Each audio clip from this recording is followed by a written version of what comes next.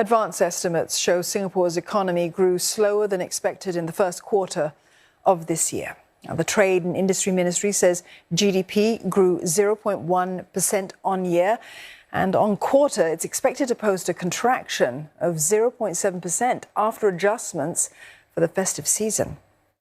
This is against our forecast for an expansion on a Q-on-Q basis.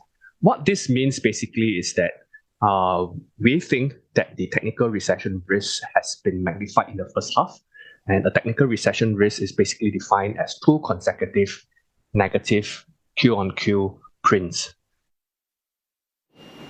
The manufacturing sector slumped for a second consecutive quarter, deepening to a 6% contraction on year. The wholesale and retail trade and transportation and storage sectors shrank 1.1% after expanding throughout last year. Now, the bright spot, service sectors like accommodation and food, real estate and others grew 6.7%.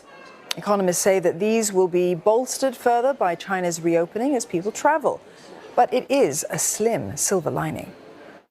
We will have to see. I don't think we'll be strong enough to offset the slowdown in the rest of the world, but it helps as far as, say, economies like Singapore, who will benefit from the China opening, or regional economies who will also get the win, in a sense, from Chinese opening.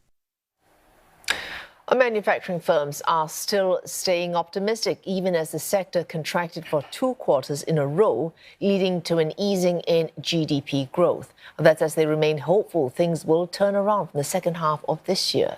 Rebecca Mateo tells us more.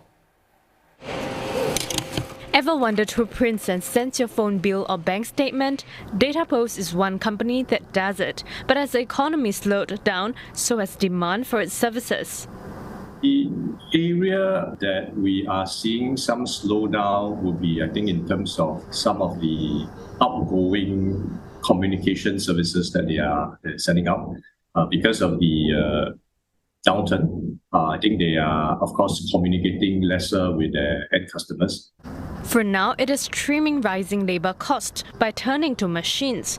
This should be enough to hold out until early next year, when it hopes the macroeconomic environment turns around. US, Europe, if they perform reasonably well, then I think that will definitely help our manufacturing companies here in Singapore as well. And of course, with China opening up, everybody is quite hopeful that this will give a boost, right, to demand.